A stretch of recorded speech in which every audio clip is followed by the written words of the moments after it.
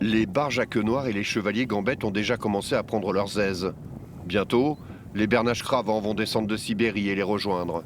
Pour Hervé Roch, animateur de la réserve et tous les bénévoles de la Ligue pour la protection des oiseaux, la fin des vacances marque le début de la saison migratoire. Là, en gros, là, le nord est là-bas. Quand on voit des oiseaux qui tracent directement vers là-bas, on est sûr que c'est de la migration, quoi.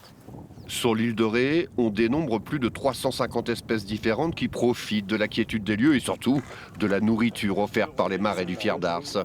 Certains feront juste une courte halte, d'autres resteront encore un tout petit peu plus longtemps et visiblement, ils ne sont pas les seuls à apprécier le paysage. Oui, moi je suis déjà venue observer pas mal les oiseaux ici. C'est un plaisir pour vous? Ah oui, moi c'est de la méditation d'observer les oiseaux.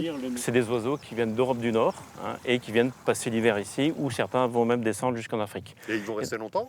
Alors ça dépend des individus. Il y en a qui vont rester quelques heures, quelques jours, histoire simplement de se nourrir, de reprendre des forces, hein, pour continuer leur voyage. Et puis d'autres vont passer tout l'hiver ici, hein. C'est le cas de certaines barges à queue noire qu'on voit ici qui viennent d'Islande, hein. Toutes les barges qu'on voit ici viennent d'Islande.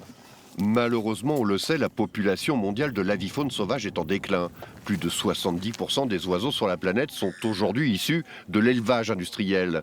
On accuse souvent à tort les oiseaux migrateurs d'être vecteurs de maladies, mais la réalité est que c'est bien l'homme qui est la principale cause des dégâts irréversibles infligés à la biodiversité, d'où l'importance d'une réserve comme l'îlot des Niges et de ceux qui la font vivre.